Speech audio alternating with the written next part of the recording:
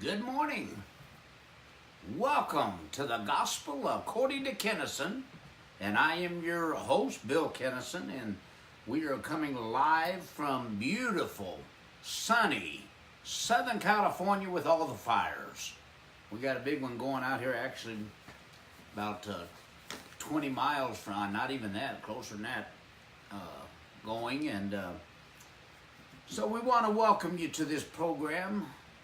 And we have a few things to tell you before the program begins. I want to thank everyone that contributed to the GoFundMe for Pastor Larry Woodson. He transitioned into the next life this morning, and pastor of the Church of God at their headquarters in Cleveland, Tennessee. Fantastic preacher, and our prayers and our thoughts go to the Woodson family and to the church. That's a big loss for the church, especially Reverend Woodson was a big personality, and so our prayers and our thoughts go with them. Also, we've been praying for Richard and Gigi Meese, and this past week Richard made that journey and that transition, and so we want to hold Gigi and all their family and friends up in prayer. Then we had Mary Willard, the wife of Fred Willard. They had her service this past Monday, and I was so honored to be asked to participate in that service. And we read, I have to tell you this story. We read from Psalms 23, and at their request, actually. And when the service was over, this lady came up to me that I think was Jewish. She came up to Sherry and I, and she thanked me for how beautiful that passage was that I had written. And so I go, well, I didn't write it, I just narrated it.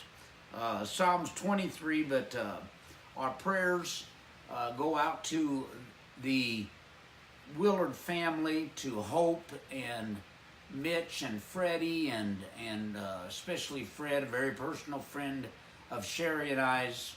And we are holding still up in prayer Roxanne Bassica, who is still in the hospital. And then I got a request just before I came on the program this morning for a little 18-month-old little boy named Dakota Miller that somehow he got a nail gun and accidentally shot himself and is fighting for his life. So let's hold them up for prayer. And then Sherry and I had dinner with a couple of our closest friends, and the leading breast cancer surgeon in the United States, Dr. John West, and his beautiful wife, Jan. And I actually give Dr. West the credit for my wife being with us and alive to this day. I think that he just saved her life. We had went to another surgeon before him, and we didn't think that there was a possibility she was going to make it. We went to Dr. West. He saw us, I remember, at 7:30 at night after being in surgery all day, and we walked out of there just knowing everything was going to be all right. But their son Matthew is battling brain cancer, inoperable, and we had dinner with him last night, and he did ask me to keep them in our prayers. So we're going to do that. We're going to pray for them at the end of this program, and so that's kind of a sad way to start the program, but we're still on fire. We're still on top, and I've got some good news, and that is this past week, we met with a gentleman that I really enjoyed meeting, named Paul Brumball, and he's out of San Francisco. And he does a broadcast, or a podcast rather, on Mutiny Radio with over 40,000 followers. And he had been watching our program and got a hold of me and said, I would like for you to be a guest on our program. And so yesterday we filmed that. His program is on at noon today, from noon to 2. And it's Mutiny Radio that I'm sure you can find on iTunes, or I'm sure you can find it. We will be posting the web address, and you'll be able to go and see that. But we're getting this message out. This is actually the third company. It's the first one that we've decided to do this with, but we're getting this message out. This message is going. It's growing, and it's exciting people, and it's exciting me. I loved doing the broadcast with Paul yesterday, and we're going to be a regular occurrence on there. But I loved being on the broadcast with him. When we started, he said, you know what, I'm depressed. I need you to give me something that's going to make me feel better. And we were on, I don't know, 24 minutes or something like that. And at the end of the broadcast, he said, you know what, I feel better. I feel better. And so we are expanding. We are expanding, and I want to thank you folks that started with us and has helped us, and you've got the word out. We're running over 1,000 people on our particular broadcast. And I was thinking this morning, you know, we're missing Susie, which was our signer from when we started, actually back in the church. And we're missing her.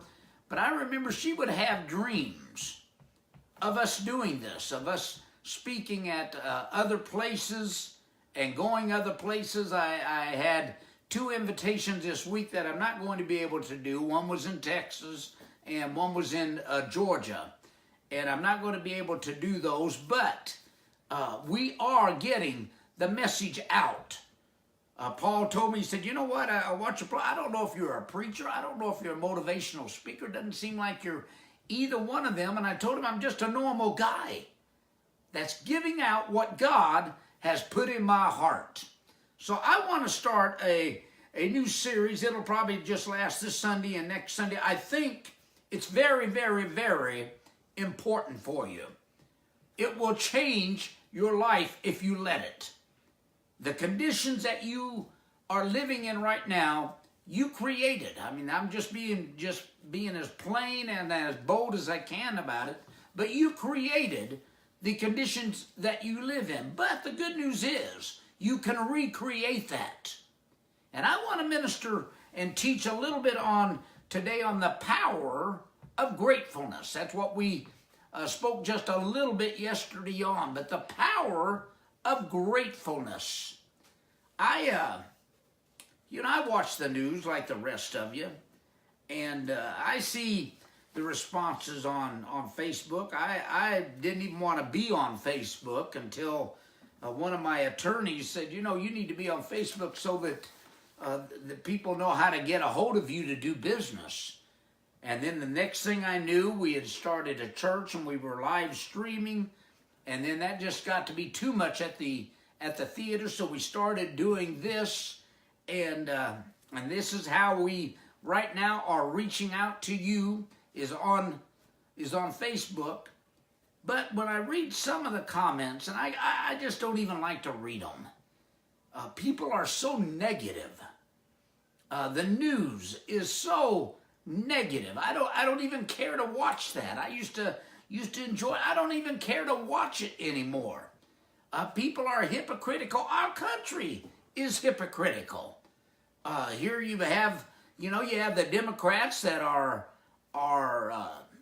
saying that President Trump colluded with the Russians. You got the Republicans saying that Hillary Clinton colluded with the Russians and interfere with their elections. Yet our country, we interfere with everybody's elections. We try to influence everyone's elections. It's hypocritical. And I have found that a real secret, just before we get into this, a real secret of life, Jesus gave us a very, very simple statement, but man, it is so powerful. Bless your enemies. Bless your enemies. Not for their sake, for your sake. Bless your enemies. I remember, I was just a young boy. I was probably in about the 8th grade, and there was this gentleman. He might be watching us this morning. His name was Jim Spurlock, and he was a Christian. I remember he used to carry a Bible around with him, and for some reason, he was much bigger than me, but for some reason he wanted to fight me. And so he told me after school, we're gonna fight. Well, from one class to another, I would tell Jim, I don't want to fight you. I don't want to fight you. No, we're gonna fight. We're gonna fight. And so, sure enough, after school, we went out on the playground, and everybody made a circle, and we fought, and I hit him several times, and he never did hit me. I wasn't just quick enough. And that bothered me for years. And I tried to contact him. I tried to find him and contact him. And about 5 years ago, I went on the internet again, and on Facebook, I think it was, and I found him. And so I sent him messages, and he wouldn't respond. And finally, he responded, and we talked. And I told him, I said, I was in a lot of fights when I was a kid growing up, and even as an adult, I was in a lot of fights. I like to fight. But I said the one fight I always felt bad about was the fight with you. I said, I've always, all these years, that has bothered me. And I remember he said, well, you don't need to apologize to me. I said, I need to apologize to you for me. For me to get over it. And we did. We talked and we communicate once in a while. And so, but bless your enemies. The power of being grateful. I want to ask you a question. What is your most powerful asset? What is your most powerful asset? Now, we live in such a materialistic world that I'm sure that some of you is going to find something materialistic that is your most powerful asset. Your car, your house, your job. And but if you carefully search within yourself, you may realize that your most important asset is the conscious control of your life. I think that is your most powerful asset. Nothing else can satisfy. Nothing else can fulfill unless you enjoy the freedom that comes from the control of your inner world, of your mind, and of your emotions. Nothing else satisfies and fulfills. We have allowed events.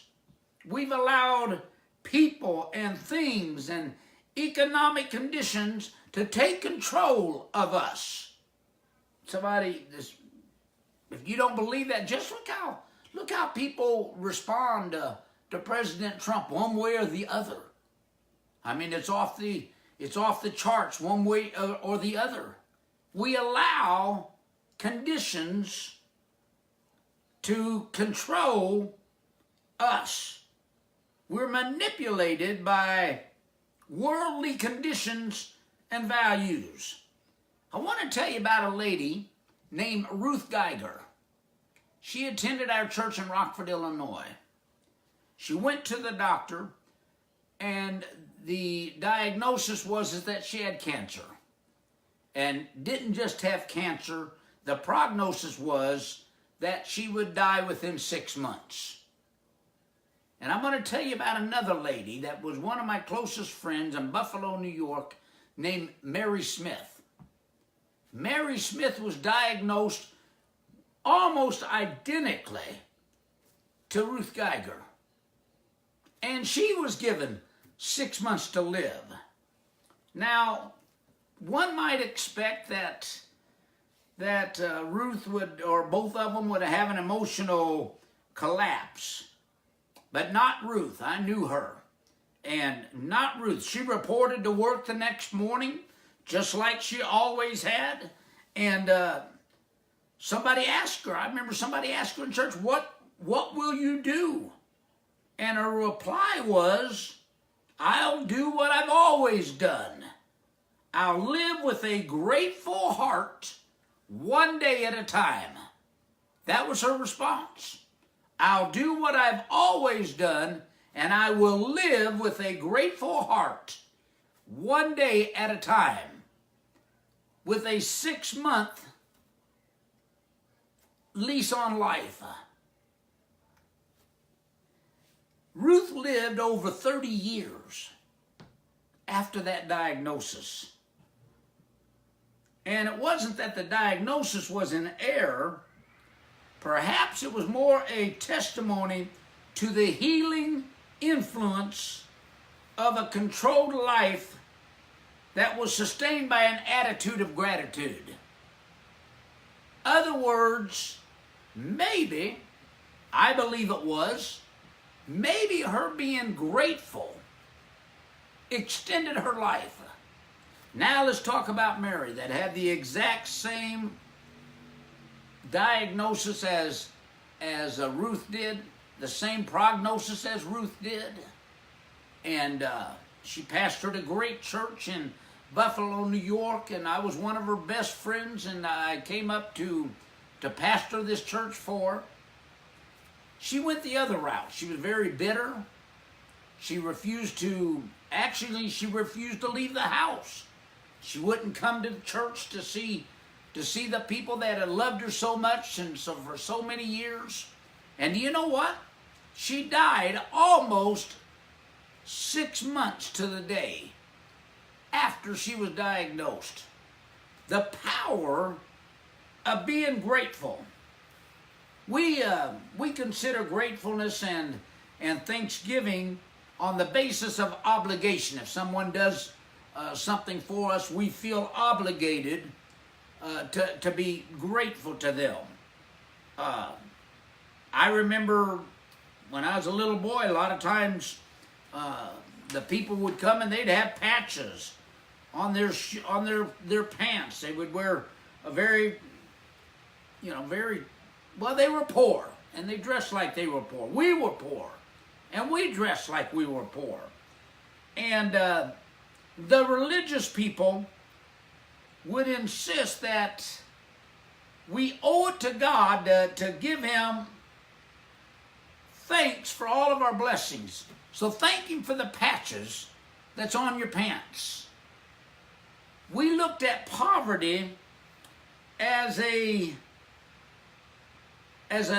grace, that we were going to go through this, we were going to be poor, we was going to be in poverty, but we were going to be rich by and by on that next existence of life. And we used to, we'd pray at our food. We'd pray for everything, but it got to be just a form because we felt like we owed it to God. I personally don't think it made any difference to God whether or not we thanked Him or not, but it made a lot of difference to us if we were sincere about it. You're not obligated to thank God for your life, for your job, for your prosperity. However, giving thanks is an important state of consciousness, which keeps you in an awareness of oneness with God, or that higher power, whatever you want to call that, whatever you draw your strength from.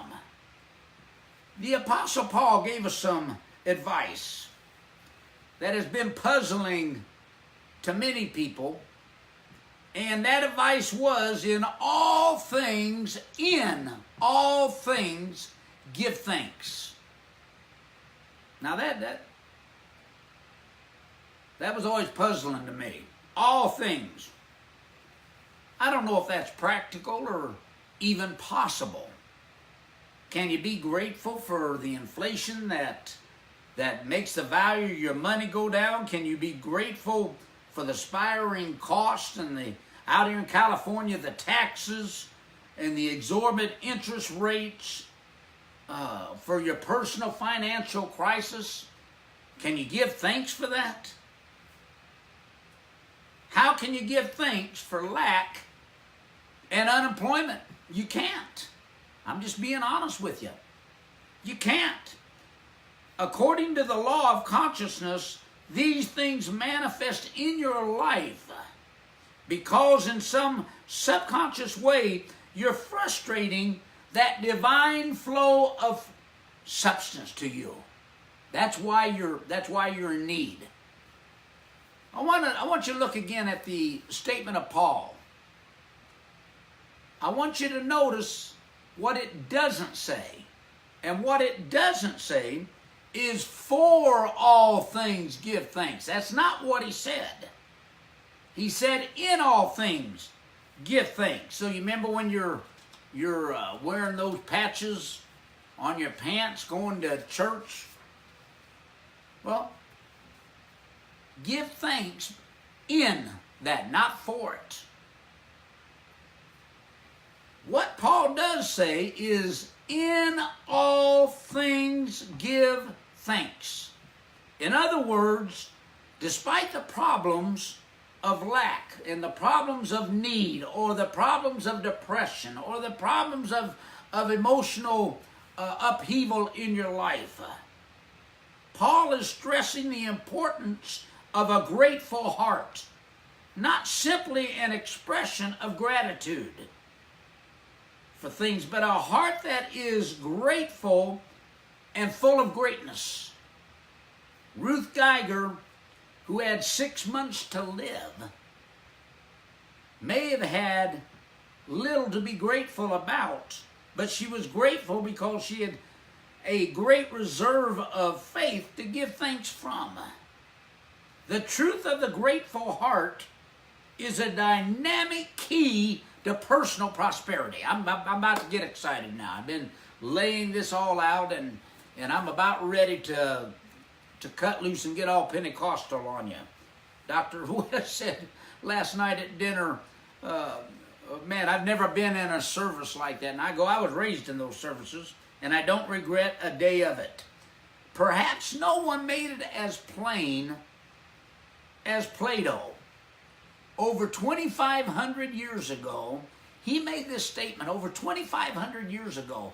And I think it explains this better than anything. A grateful mind is a great mind which eventually attracts to itself great things.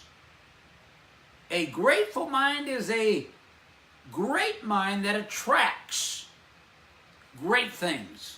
I don't know how I can't make it any better than that. We see people all the time that'll talk about other people, he has so much and he is so grateful. Well, maybe it's the other way around. Maybe he is so grateful and he has so much because he's so grateful. Theodore Roosevelt, one of our presidents, who I think is totally underestimated, but Theodore Roosevelt said one time, do what you can with what you have where you are. Do what you can with what you have where you are. That's great. That's great instructions. I want to tell you about, just before we close, I want to tell you about a tribe. We'll pick this up next week. A missionary, I read this years and years ago, a missionary to Africa told the story of a tribe that was mysteriously poverty-stricken. Even though all the other tribes in the area, in the exact same area, were relatively prosperous, but this tribe was mysteriously impoverished. He spent literally years researching all the aspects of their culture. He came up with one possibility. After years of doing research, he came up with one possibility. And that was, in their tribal language, they had no word to express gratitude. Not one word to express gratitude. Perhaps through some quirk of evolution, they had forgotten how to say thank you. He drew no conclusions, but he did ask a question in what I read.